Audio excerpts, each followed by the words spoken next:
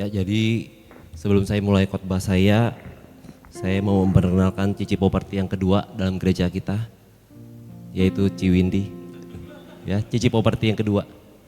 Ya, nama saya Kris Sukatmono, ya saya sebagai gembala di gereja ini. Judul firman saya adalah Berjumpa Kuasa Tuhan dalam Iman. Saudara, malam ini saya mengajak saudara untuk melihat apa yang dialami oleh umat Tuhan di masa perjanjian lama, ketika mereka dalam keadaan terjepit oleh masalah. Dan apa yang Tuhan ajarkan kepada umatnya tentang apa yang seharusnya menjadi sikap mereka.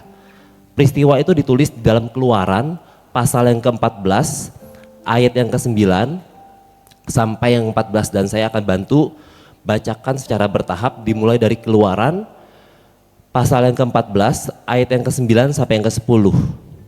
Kemudian orang Mesir dengan semua kuda dan kereta Firaun, tentara berkuda dan pasukannya mengejar dan mendapati mereka pada waktu mereka berkemah di tepi laut dekat Pihahirot di depan Baal Zefon. Ketika Firaun telah dekat, orang Israel menoleh dan tampaklah orang Mesir menyusul mereka. Orang Israel sangat ketakutan dan mereka berseru-seru kepada Tuhan. Saudara, peristiwa di dua ayat yang baru saja kita baca ini terjadi sekitar 3 hari sesudah bangsa Israel itu keluar dari Mesir, saudara. Mereka telah melihat pernyataan kuasa Tuhan yang luar biasa dalam bentuk 10 tulah yang Allah timpakan kepada bangsa Mesir. Mereka telah melihat dan mengalami kuasa Allah yang begitu luar biasa dalam membebaskan mereka dari penindasan bangsa Mesir. Selama 430 tahun bangsa Israel itu telah menumpang hidup di Mesir. Dan dalam kurun 1 sampai 2 abad, ya, 2 abad terakhir mereka diperbudak di sana. Secara manusiawi adalah nggak mungkin bagi mereka untuk bebas dari cengkeraman perbudakan Firaun si Raja Mesir itu. Tapi Tuhan menunjukkan kuasanya dengan menekan Firaun sehingga Raja Mesir itu tidak memiliki pilihan lain, yaitu harus mengizinkan umat Tuhan di bawah pimpinan Musa itu meninggalkan negeri Mesir. Segera sesudah umatnya keluar dari Mesir, maka Allah menuntun mereka menuju ke negeri Kanaan, ya, yang telah Ia janjikan kepada nenek moyang mereka, yaitu Abraham, Ishak dan Yakub. Dalam Keluaran pasal yang ke-13 ayat yang ke-17 sampai yang ke-18 itu ditulis bahwa Allah tidak menuntun mereka untuk keluar dari bangsa Mesir itu tidak melalui jalur utara, yaitu melewati daerah orang Filistin. Tapi Allah menuntun mereka melalui jalur selatan, yaitu melewati padang gurun.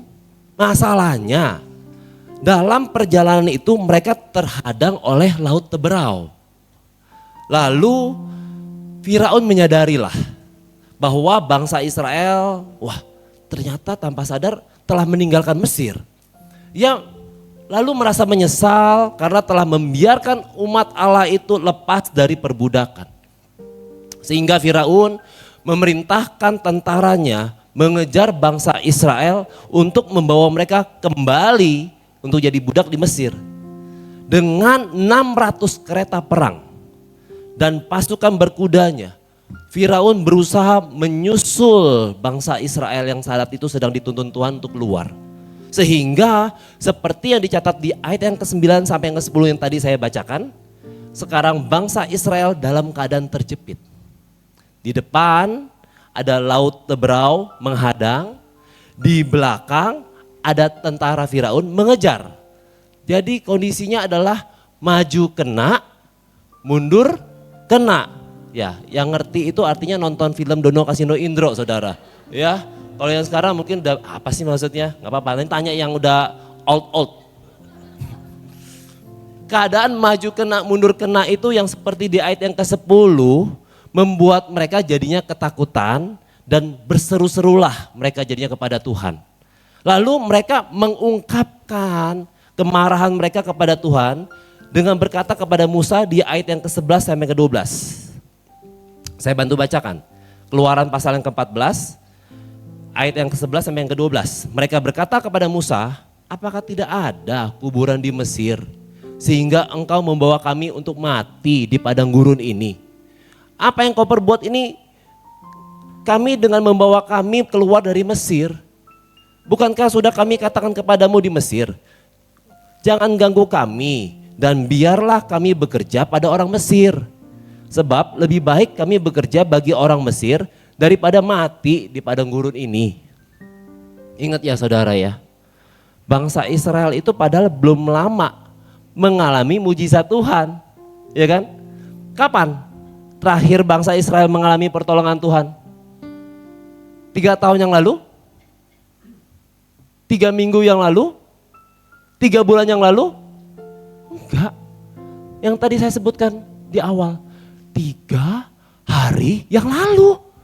3 hari yang lalu, saudara, ibaratnya rambut baru dicukur belum panjang, saudara. Mereka melihat bagaimana Tuhan menurunkan ulah ke-10 atas bangsa Mesir. Yang berakibat dalam 1 malam saja, semua anak sulung orang Mesir itu tewas. Sedangkan di hari yang sama, Tuhan melindungi dan meluputkan umatnya dari tulah yang sangat mengerikan tersebut. Padahal baru hari ketiga bangsa Israel mengalami pertolongan Tuhan.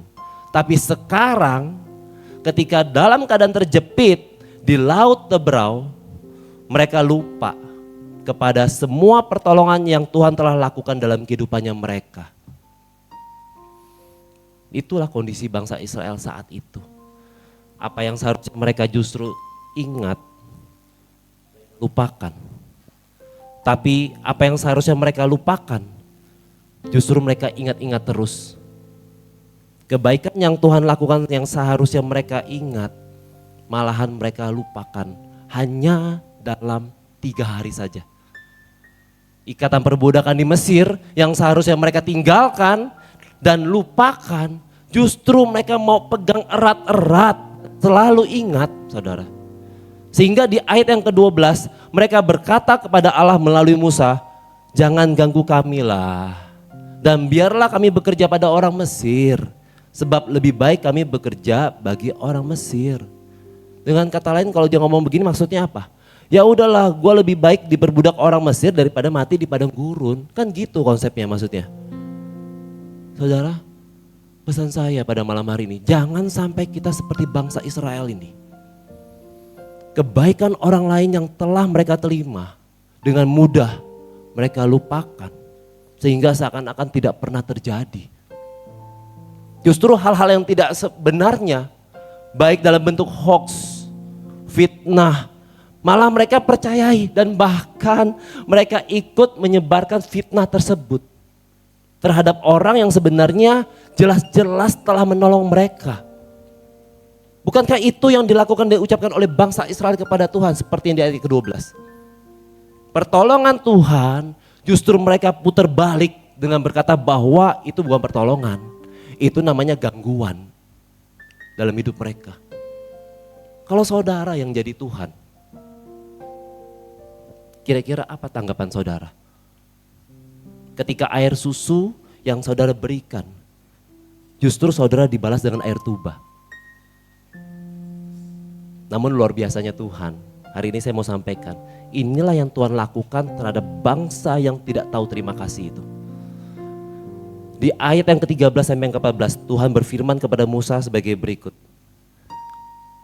Tetapi Musa berkata kepada bangsa itu, jangan takut, berdirilah teguh dan lihatlah keselamatan dari Tuhan yang akan diberikannya kepadamu hari ini. Sebab orang Mesir yang kamu lihat hari ini tidak akan kamu lihat lagi untuk selama-lamanya.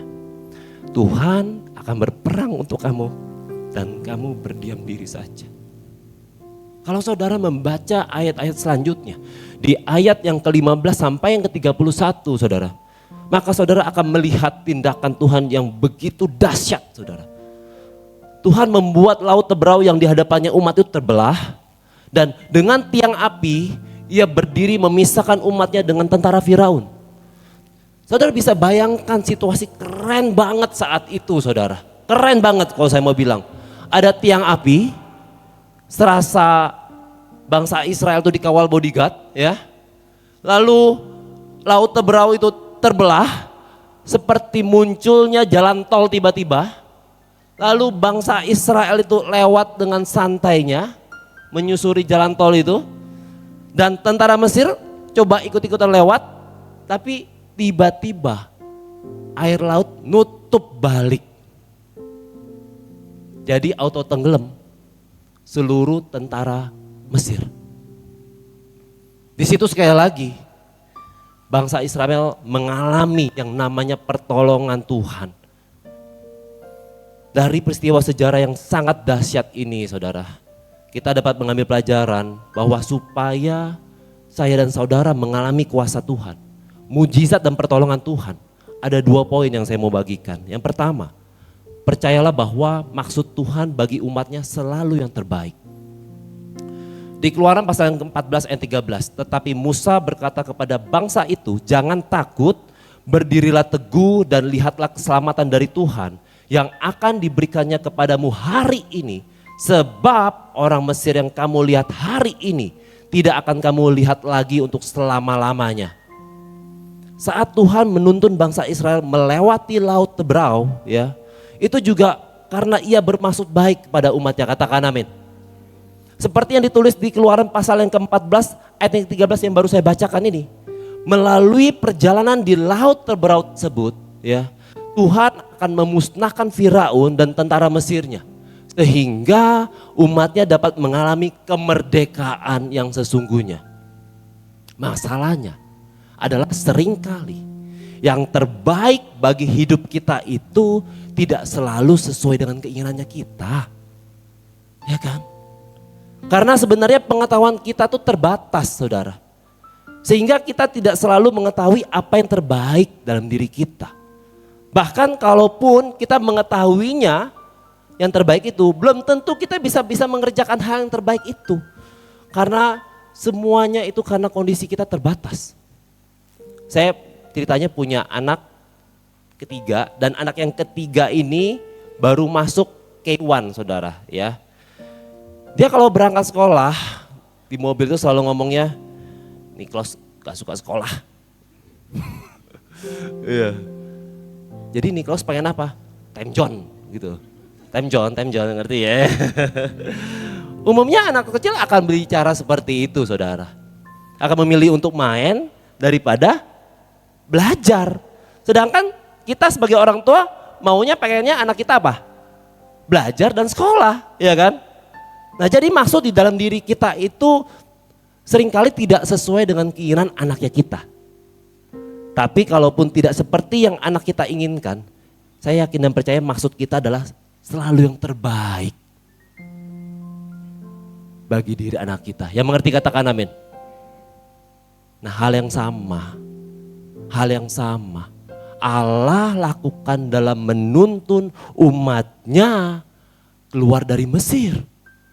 Dan dengan melewati jalur selatan, yaitu dengan menghadapi laut Teberau seperti yang telah saya jelaskan tadi. Maksud Tuhan ini tidaklah sama dengan keinginan bangsa yang telah terbiasa hidup dalam perbudakan tersebut. Sehingga bukan saja mereka enggan menghadapi kesulitan yaitu laut Teberau yang menghadang perjalanan mereka. Bangsa itu yang seperti mereka katakan di ayat yang ke-11 sampai yang ke-12 tadi, juga mereka merasa nyaman hidup sebagai budaknya orang Mesir. Padahal belum tentu maksud Tuhan dalam membebaskan umat di benua Mesir itu adalah jahat bagi mereka, belum tentu. Padahal maksud Tuhan adalah kebaikan untuk mereka. Minggu lalu saudara, saya ada menemani rombongan sekitar 30 orang teman-temannya kita untuk mengikuti acara MDC di Jakarta saudara. Awalnya jujur ya, saya ada sempat nanya sama Novilia, aduh kok susah banget ngajakinnya. Kenapa? Ini loh kok salah satu alasannya ada acara lain yang lebih menarik kok. ada acara konser artis rohani luar negeri. Ya. Lalu suatu hari adalah yang bertanya kepada saya, minta saran kepada saya. Koh, kira-kira pilih yang mana ya Koh ya? Kalau ada 2 acara bagus begini, katanya begitu loh. Oh ya, kalau kamu tanya Koko, ya Koko akan bilang pilih ikut acara yang Koko ajak. Yaitu acara MDC di Jakarta. Kamu coba rasain dulu, kamu udah pernah belum pergi acara ya MDC nasional? Belum pernah, cobain aja. Singkat cerita, nurutlah mereka ikut acara MDC bareng saya. Tahu saudara, di sesi pertama, baru sesi pertama, altar call, sudah breakthrough saudara. Lawatan Tuhan di sesi pertama kenceng banget. Saya aja yang tugas ngerekam-rekam, ikut nangis juga saudara. Serius saudara. Pada netes air mata semua lah pokoknya kesimpulannya. Baru sesi pertama. Lalu setelah sesi pertama ceritanya ada sesi break time lah. Orang yang minta saran sama aku itu tiba-tiba datang ngomong sama saya begini. Koh, makasih ya. Udah kasih masukan. Masukan Koko memang tokcer. Gak salah memang aku ikut acara nasional MDC ini. Baru sesi pertamanya memang udah luar biasa kata dia. Dia ngomong begitu saudara sama saya. Jadi saya mau bilang begini kepada saudara. 25 tahun yang lalu saat aku kuliah tertanam di MDC Karawaci. Aku tuh ngikutin tiap tahun acara nasional MDC saudara. Banyak nilai-nilai luar biasa yang menjadikan saya itu sampai sekarang ini. Bahkan kita mendapatkan nilai bisa mengasihi gereja lokal kita dalam kondisi apapun. Yang mengerti katakan amin. Terus aku ada tanya lagi saudara sama teman-teman yang berangkat 30 orang itu. Kebetulan kan konsernya ada yang mirip tuh artis rohaninya. Di acara MDC Jakarta dan yang ada diadakan di Kota Bandar Lampung. Yang tahu-tahu aja ya. Ya. Ya aku tanya sama mereka. Guys, kalian waktu hadir konser yang di Bandar Lampung dengan artis yang sama itu, bisa nggak nyanyi jingkrak-jingkrak, lompat-lompat sampai persis di pinggir panggung? Oh, nggak bisa kok kalau di Bandar Lampung. Soalnya kan kami bayarnya tribun. Kalau yang di depan itu kursi VIP. Karena kita waktu acara di MDC Nasional di Jakarta itu dengan artis yang sama, kita bisa maju persis di pinggir panggung sampai deket banget sama artisnya. Terus bocorannya isu yang beredar saudara, ada teman kita di sini yang jadi singernya artis rohani itu. Saya sih nggak tahu yang mana ya, coba saudara tebak-tebak sendiri aja, siapa tuh gitu ya. Iya.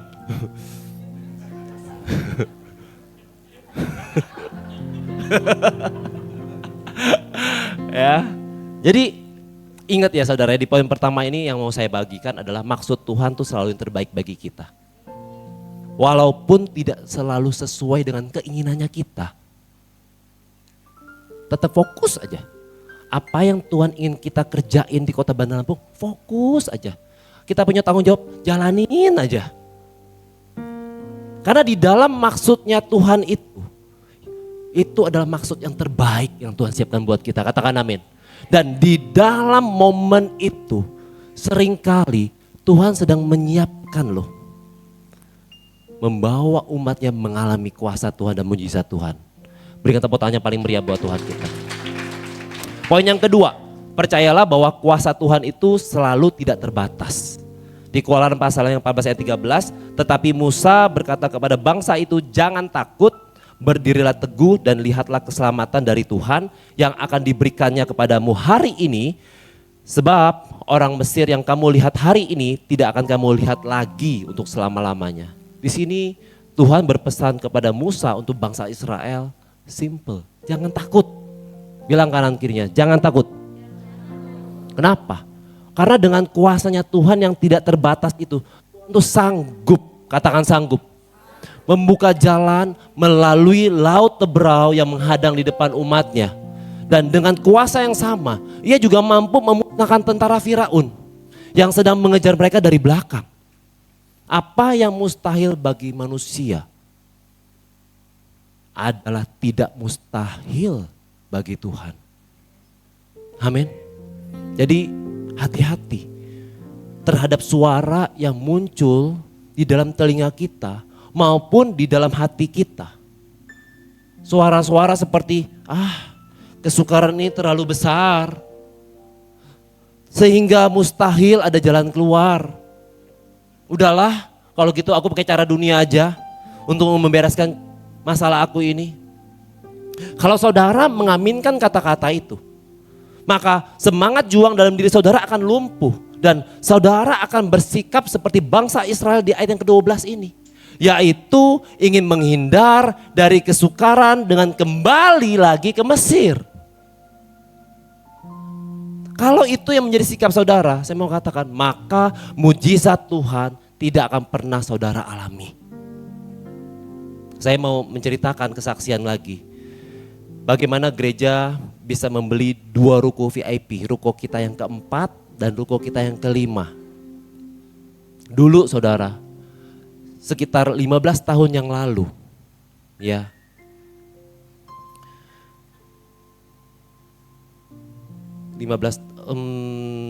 Ya betul, 15 tahun yang lalu, yaitu 2010 ya. Kondisi saat itu gereja kita baru memiliki ruko sebelah sini, ya. 1 ruko.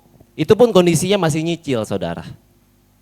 Jadi gereja kita ceritanya diberikan pinjam pakai saat itu oleh pemilik 2 ruko VIP itu. Selama sekitar setahun lebih, gereja kita gratis pakai oleh pemilik ruko itu untuk beribadah di lantai 2 ruko VIP itu. Dengan harapan dari si pemilik ruko VIP itu, setelah kita nyaman menggunakan ruko itu, kita bersedia untuk membelinya. Ternyata kondisi saat itu, kita belum sanggup membeli 2 ruko itu sekaligus. Karena kita nggak sanggup memenuhi harapan sang pemilik ruko, kita tidak dapat izin pinjam pakai lagi. Dan kita kembali ke ruko pertama inilah untuk beribadah di lantai 2 ini. Dulu kita ibadah di sini.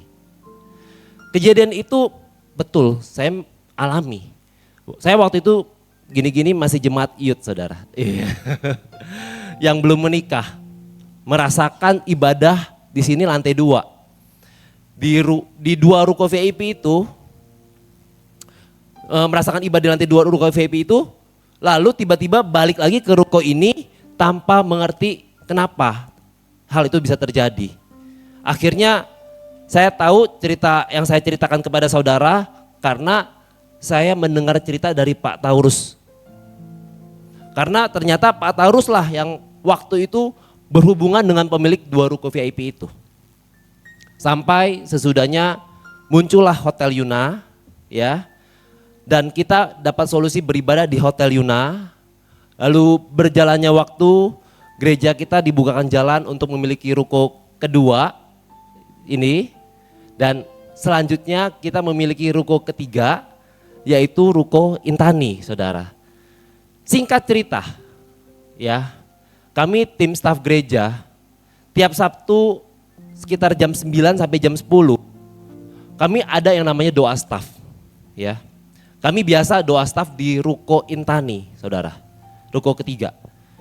Di momen doa staf itu, setiap staf itu biasa bergilir membagi firman Tuhan setiap minggunya.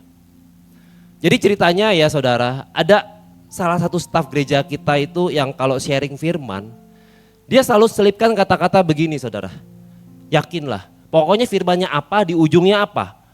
Saudara apa di ujungnya? Yakin dan percaya, gereja kita akan melebar ke kanan dan ke kiri. Gereja kita akan ekspansi, selalu ngomong begitu saudara. Saya yang mendengar firman itu, ya saya aminkan dong, masa gembala nggak aminkan ya saudara ya. Tapi sebenarnya saya tahu kenyataannya. Saya tahu kenyataan sebenarnya. kalau kita sebenarnya belum terpikir untuk membeli ruko 2 VIP itu. Dikarenakan kondisi saat itu 2 ruko VIP itu sedang disewa dalam jangka waktu yang panjang. Ya tentunya sebagai pemilik ruko tersebut ya lagi terima uang sewa, ya untuk apa dijual? Kan sederhananya seperti itu, saudara.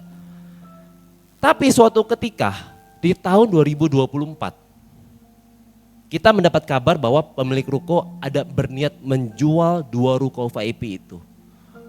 Dia akan atur, walaupun jangka sewanya itu belum habis, dia akan atur supaya itu bisa keluar. Saya sampaikanlah info ini kepada Pak Taurus. Pak Taurus hanya berkata kepada saya, cobalah pertimbangan lagi Pak, matang-matang Pak kalau memutuskan untuk membeli. Soalnya dulu yang hubungan dengan pemilik 2 ruko VIP itu kan saya Pak. Ngerti ya saudara ya? Sayanya yang gak enak Pak kalau kejadiannya nanti terjadinya sama seperti 15 tahun yang lalu katanya. Komunikasi. Ujung-ujungnya batal gitu. Pak Tarus ada menyampaikan begitu kepada saya. Ya udah, singkat cerita gereja kita dalam iman coba mengutak-atik dan coba terus melangkah saudara. Karena gereja kita ya mungkin jemaatnya suka diwakilin sama koordinator Happy Heart ya. Tempat kita udah kurang nih, gak muat lagi nih, butuh tempat lebih luas nih, kan gitu ya. Udah butuh cepat nih tempat digunakan, aduh nih ya. Ya butuh cepat untuk bisa digunakan gitu. Dan puji Tuhan saudara, tanggal 7 Juli 2025 ini belum ganti bulan nih saudara ya. Atas anugerah Tuhan, yaitu 15 tahun kemudian setelah kejadian yang saya ceritakan tadi. Kita berhasil melunasi dan memiliki 2 ruko VIP itu. Kasih tepuk tangannya paling meriah. Sabtu tanggal 5 Juli 2025, 2 hari sebelumnya, sebelum pelunasan, kami tim staf gereja sudah dapat kuncinya saudara untuk bisa pegang ruko tersebut. Kami masuklah, kami ada doa staf, kami masuk ke ruko itu, kami ada doa bersama di 2 ruko itu. Karena Senin esoknya pengerjaan renovasi kami segera akan mulai saudara. Sesudah berdoa, di dalam ruko itu kami kembali berandai-andai dengan iman. Wah Pak, ini nih Pak, dijebolin Pak, ini Pak, nih luas Pak, cocok nih udah. Suruhlah saudara, gak salah kok kita nih dalam tanda kutip kontai-kontai rohani saudara. Serius gak salah, ternyata itu benar-benar bisa membangkitkan iman, katakan amin. Ya. Yang mau saya katakan hari ini adalah kepada kita semua, yuk dalam pengembangan gereja kita ini selalu lihat pakai mata iman rohani kita. Amin. Ada yang bilang kepada saya setelah kita punya 2 ruko VIP itu, wah luar biasa ya Pak ya, bagus sih sudah beli 2 ruko VIP itu, tapi sayang ya Pak ya, 5 ruko yang kita punya ini gak nyambung jadi 1. Saya hanya bilang begini saudara, Tuhan pasti punya maksud yang terbaik. Gak apa-apa, kita dibawa jalan sama Tuhan seakan-akan ketemu solusi. Tapi kok solusinya kurang ideal ya. Katanya jalan Tuhan, tapi kok jalan Tuhan rukonya masih lengkap ya. Iya kan, ngerasanya gitu kan. Saudara, kami tim pengembalaan ya saudara di sini ya. Dalam mengurusi gereja ini, jujur udah biasa ketemu masalah seperti laut teberau begitu saudara. Yang tiba-tiba pihak hotel, info kita lewat Novilia, Bu, mohon maaf sekali, minggu ini hotel gak bisa dipakai buat ibadah. Terus kami gimana? Ya ibu pikirin sendirilah, kan kasarnya begitu. Terus yang ada kita bingung, di minggu itu kita mau ibadah di mana, mau gak mau yang terjadi, yang saudara rasakan adalah tiba-tiba kita pindah ke sana, pindah ke sini, ya kan? Saudara, selama ini kami hadapin masalah-masalah itu. Kami beresin, kami bawa dalam doa, kami cari solusinya saudara. Dan memang betul, sampai saat ini ada aja Tuhan. Tuhan kasih jalan pertolongan buat gereja kita. Jadi bagi saya saudara, satu ruko lengkap sebelah ini bukan ganjalan. Bukan ganjalan. Ya. Tuhan pasti punya maksud. Jangan sampai setiap kali saudara melihat ruko yang masih lengkap, saya nggak pengen. Lalu kita jadi lupa. Padahal Tuhan baru kasih kebaikan yang besar bagi gereja kita. Ya. Begitu juga dalam menghadapi masalah-masalah yang ada dalam pelayanan-pelayanannya kita. Misalnya pelayanan kesan, Joy Kid, atau masalah kehidupan saudara apapun lah. Sesulit-sulitnya kehidupan saudara. Pokoknya jangan takut hari ini. Saya mau pesan saudara-saudara. Jangan putus asa. Jangan putus asa. Dan bahkan jangan terpancing berbuat dosa. Seperti marahnya bangsa Israel kepada Tuhan. Mungkin jalan di depan kita hari-hari ini mungkin sedang terhadang oleh laut. Mungkin hari-hari ini masalah di belakang kita ada Firaun. Yang saya mau ingetin malam hari ini, di atas kita ada Tuhan. Dialah pribadi yang bisa membelah lautan di depan kita. Dan bisa menenggelamkan musuh di belakang kita. Maju terus saudara dalam imannya kita. Percayalah, Tuhan yang sudah menuntun kita, Dia sedang menyiapkan kuasanya bekerja dalam prosesnya kita. Dan Tuhan akan berikan cerita-cerita mukjizat yang terbaru yang siap kita ceritakan bagi orang luar di sana.